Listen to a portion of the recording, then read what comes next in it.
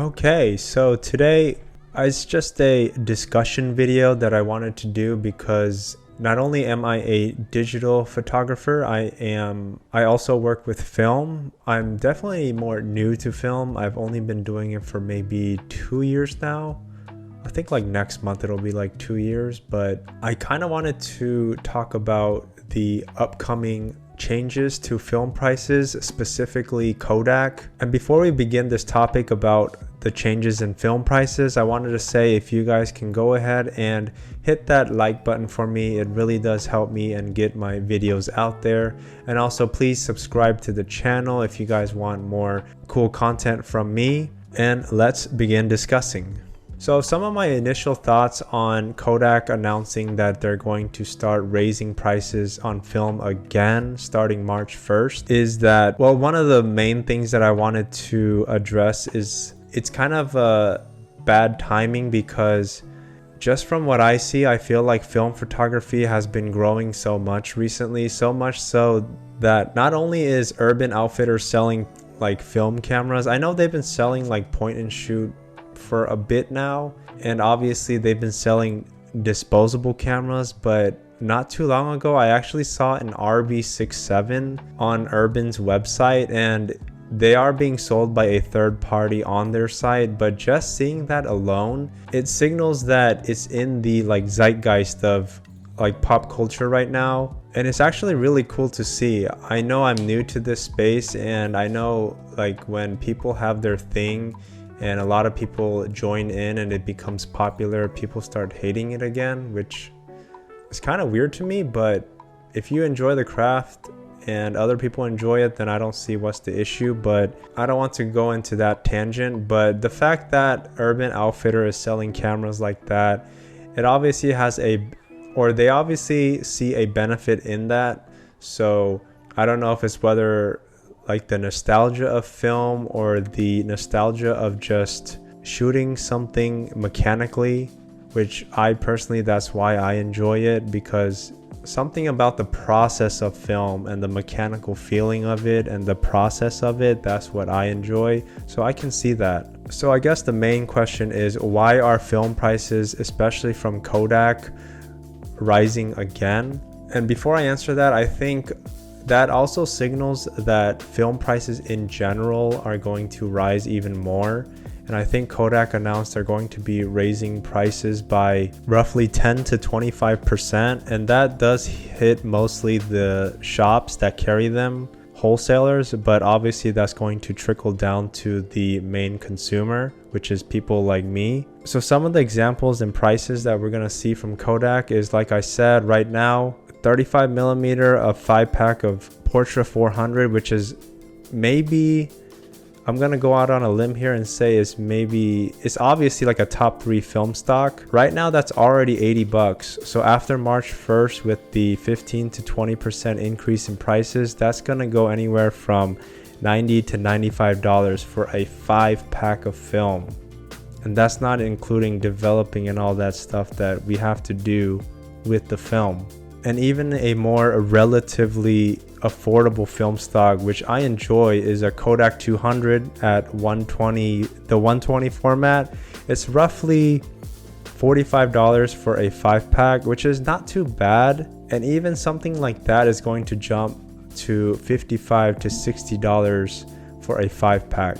And unfortunately, film is one of those markets where it's kind of unregulated because it's kind of dead, and Kodak kind of sets the prices. So whatever Kodak does, it kind of sets the market for film prices. That's why I feel like even though Kodak themselves announced film prices rising, I do think that because they have the majority of the well-known film stocks, that they're kind of going to run the market, and other film stocks will adjust accordingly and go up also. So getting back to the question, what are the main reasons for this? I think that one of the simple answers is that just everything is going up. Inflation, the cost of goods in general. Making film, it uses a lot of chemicals, and I feel like the machinery they use for making film, barely new machines for this type of stuff making film is being made, if at all. And I think that has a lot to do with it also. And I can't imagine manufacturing facilities in general are increasing in terms of places that make the film. I've heard from different sources that this increase is kind of like they're hiring more people, which is a good sign that demand is rising. So I think that money will be used to invest in more things. But do I see film coming back to the point where they're going to invest that much more into machines, more facilities, and just newer technology to deal with making film? Personally, I don't. As much as it seems like film photography is growing, I feel like in the big scheme of things, it's still such a minute thing that it's really not going to move the needle that much. And it hurts the people that are already shooting film more so than it'll help in the long run. Because initially I thought, and I still do think, that it'll hurt in the short term more for us, and then it'll that's where I don't see it dropping enough, even with this investment, if that is true, to where film prices are going to be dropping that much. I feel like if anything, it's going to go back to where prices were maybe like 5 years ago. I kind of compare it to how vinyl blew up this past decade, because the nostalgia of it. And I think about, well, vinyl is not really better sound quality than MP3s or Spotify, stuff like that, just digital music. But obviously people enjoy the nostalgia of it, the process of just putting on the disc, putting the needle on, just stuff like that, little things like that. People kind of want to go back to that. And I understand that. And places, again, like Urban, they've invested in not only selling all that stuff, such as vinyls, but the machines that play them also. And vinyls are still expensive, right? They're affordable and people still buy them, but that's where I see film going. Even with this initial investment, it's going to go down, just my opinion, from this crazy high right now. I just can't imagine Portra, like 5 rolls of 35mm Portra 800, it might go up to like $90-$95 a box. Yeah, people who don't care about money at all, or they're well funded, yeah, it's not really gonna affect them. A few dollars here and there, but that's not really the people that we're talking about here. It's just the average consumer who, even if you do this stuff for work or as a hobby, you're gonna think about the little costs. So I think at the very best, with this price increase later down the line, even if demand keeps going up, I think that film prices will go down a little bit, maybe like